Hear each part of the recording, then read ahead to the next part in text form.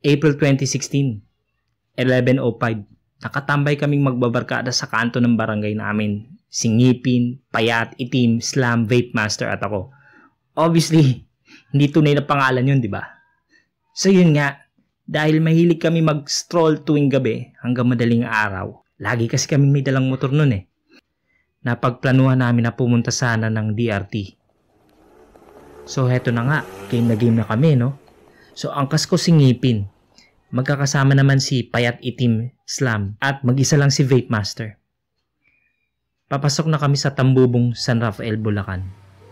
Sabihin na nating may pagkaangas kami sa pagmamaneo kaya nag-uunahan kaming magbabarkada. Ako yung nauna, 70 to 80 lang naman ang andar ng motor ko at kasunod ko lang si Vape Master habang medyo malayo sila Slam, Itim at Payat dahil nga tatlo sila sa motor. So heto na nga, tuwang-tuwa kami dahil freeway at nag-aaharutan kami sa daan. Pagdating namin sa barangay, kailangan naming magdahan-dahan or promeno dahil kurba yung daan. 30 meters bago kami makapunta sa kurba, napansin kong wala kaming preno. So kinabahan na ako. Di ko alam gagawin ko eh. Pati preno sa harap wala. Pero di ko sinabi sa angkas ko dahil baka kung ano gawin niya. Hindi na lang ulit ako nagsilinyador para hindi na bumilis yung motor at dahil nga wala namang ibang sasakyan na dumadaan, binangking ko na lang yung motor habang pabagal yung takbo. Nung mabagal na kami, tinesting ko yung preno ng motor.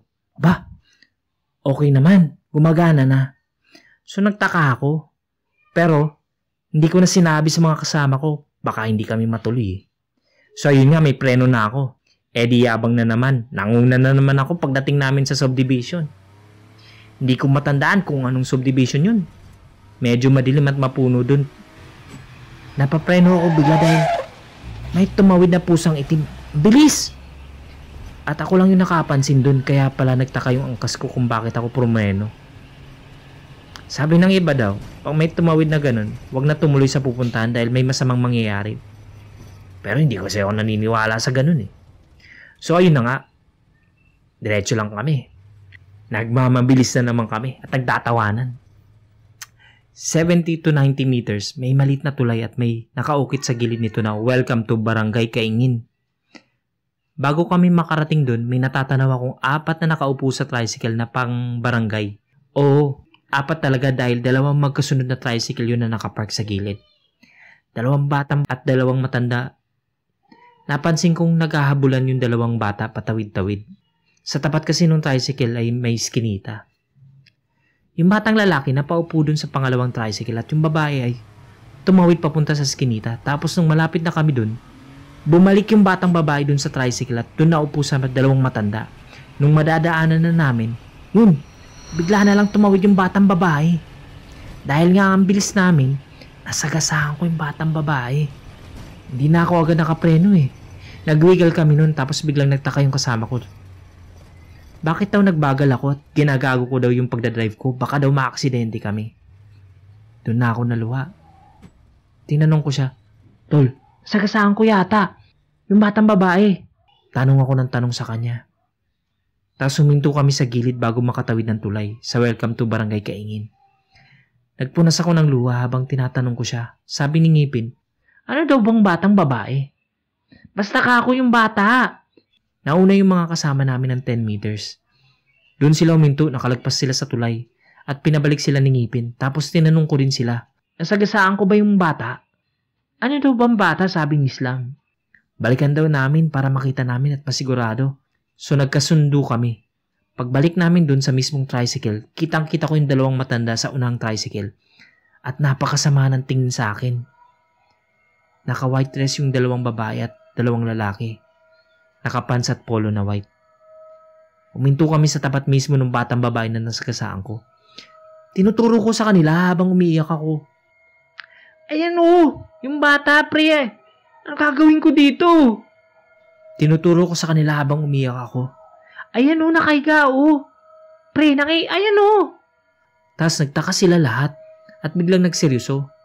Nanggagago daw ba ako? Huwag daw akong manakot dahil wala naman daw tao dun sa tinuturo ko. Pinagpipilitan ko pa yung sa akin. Tapos lumabas yung batang lalaki galing sa iskinita. Pinuntahan yung batang babae. Hinawakan niya yung batang babae at tumingin sa akin. Sabi ni Piat magsiuwi na daw kami dahil nga nananakot daw ako. So nagyayaan na nga kami umuwi. Bago kami umalis, sabi ng batang lalaki sa akin, "Yung kasi, ang bilis nyo!" Sobrang laki ng boses. Tapos doon na ako natakot ng sobra nung sisibat na kami, sumigaw yung batang lalaki, "Isusumbong kita!" Habang nakasign pa ng pakyo, pati yung dalawang matanda na nakaupo lang sa tricycle, nakaganon din. So yun na nga, pauwi na kami. Tanong sila ng tanong sa akin pero hindi daw ako sumasagot. Tulala lang daw ako habang nagmamaneho ako. Kinakalabit na daw ako ni Ngipin pero tulala ako. Nagtanong na din si Itim at Vape Master kung bakit daw ako umiiyak. Sabi ko, "Tol, nasagasaan ko nga. Yung bata, promise." Kinabahan na din sila ng sobra at namumutla na din sila. Nagbabilis na si Vape Master at sila Slam. Pero sa amin, wala. Ayaw nang umalis ng 40 ang andar namin. Bakit daw ayaw ko sila habulin, sabi ni Ngipin. "Hindi pre, parang flat tayo. Sobrang bigat. Hindi makahatak yung motor. Partida, segunda lang yun ha." Ayaw na talagang humatak kahit nagtresera na ako. Sobrang bigat talaga. Parang angkas ko lahat ng tropa ko. Diyos ko. Kinabahan na din ako kung bakit ganun hanggang sa inabutan namin ng mga kasama namin dahil hinintay kami. Sinabi ko sa kanila ganun nga nangyari kung bakit di kami makapagmabilis. At nagsabay-sabay na lang kami. Saktong 12:15 AM nakarating kami sa tambayan namin. Sinabi ko lahat sa kanila. Talagang takot na takot din sila at nagkasundo kami na wag na muna mag-uwian. Tumambay na lang kami hanggang 6 AM ng umaga para medyo maliwanag na. Pagka-uwi ko, napakatamlay ko at ang bigat ng balikat ko. Natulog na ako at 11 AM na ako nagising. Hindi ako makabangon sa kama as in napakabigat ng balikat ko. Dumapa ako nun, inuna ko itayo yung puwitan ko at parang binuwat ko yung sarili kong ulo para makabangon. Pumunta akong lababo para magmumuk tapos kumuha ako ng pagkain sa lamesa. Pagbalik ko sa kwarto nakita ko yung vape ko. At trinay ko yung mga tricks dahil patay yung hangin eh. Humarap ako sa salamin dahil tinitingnan ko nga kung nakakapag-spam na ako ng bilog. Nung kukuhain ko na yung juice ko, nangyabes, may nakapasan sa balikat ko. Oo, kitang-kita ko sa salamin dahil nakaubad ako eh. Black na sapatos at naka-white na dress. Puting-puti siya. Lintik. Halos himatayin ako sa takot at lumabas agad ako sa kwarto. Sabi ng mama ko, bumalik daw ako at mag-alay ng pagkain. Sabi din ng mga tropa ko, wag na muna mag-stroll doon. Bumalik ako kinabukasan noon at nag-iwan ng pagkain. Matapos yung araw na yun, lagi madalas ko na makita yung batang babae. Madalas na nagpaparamdam sa akin pero hindi na nananakot at nasanay na ako. Best friend na kami ngayon. Actually may kumakatok sa labas habang sinusulat ko to kahit nakalak na gate namin. Nandito lang kasi ako sa sopa. Kung gusto mong updated ka sa lahat ng bagong videos, click na ang subscribe button at notification bell. Maaari ka ring makatulong sa channel sa pagpunta sa Patreon page, yung link nasa description kung saan pwede ka magpadala ng pera sa channel. Maski $1 or 50 pesos per month napakalaking tulong na po.